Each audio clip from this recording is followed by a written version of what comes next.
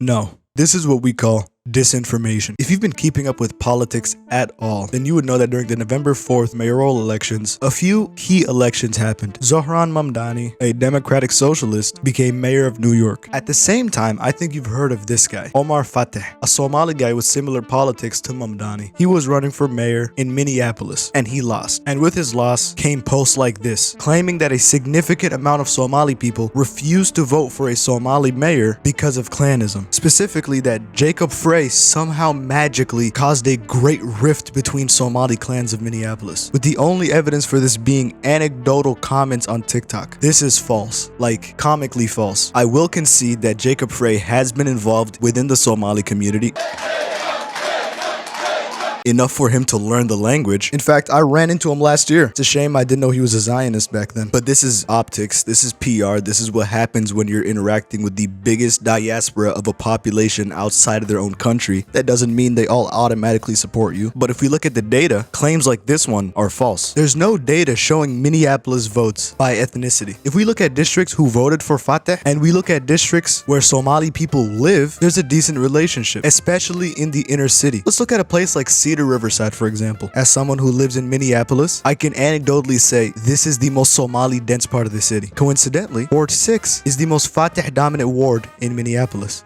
Interesting. I mean, if we look at diversity charts, then we'll see that Jacob Frey dominated the white vote, but was also just more popular with everyone else. Even if he had the entire Somali vote, which we can't prove that he didn't have, he would have lost. We Somalis don't make up that much of Minneapolis. And even then, a vote isn't decided purely by ethnicity. If a Somali person doesn't vote for Fateh, does that mean clanism? No, obviously not. But that requires nuance, and the internet hates nuance. One of the major reasons he actually ended up losing was because he lost the Democratic endorsement. The governor of Minnesota, Tim Walz, ended up endorsing Jacob Frey. I know people who don't keep up with politics at all, and they were asking me, the local Somali guy, about this. There's a good amount of people who believe that Fateh lost because of clanism. Now, why would someone create posts like these? Why are these accounts that are being ran by political agitators spreading misinformation when the truth is right there? Why are some Somali people themselves spreading this to the point where it's being seen as the truth? And why is this new truth one that's so inconvenient? Why do we have to make a controversy out of everything? Simple. Sensationalism. A candidate who looks to be a foreigner, a other, loses because people of his group see him as a other due to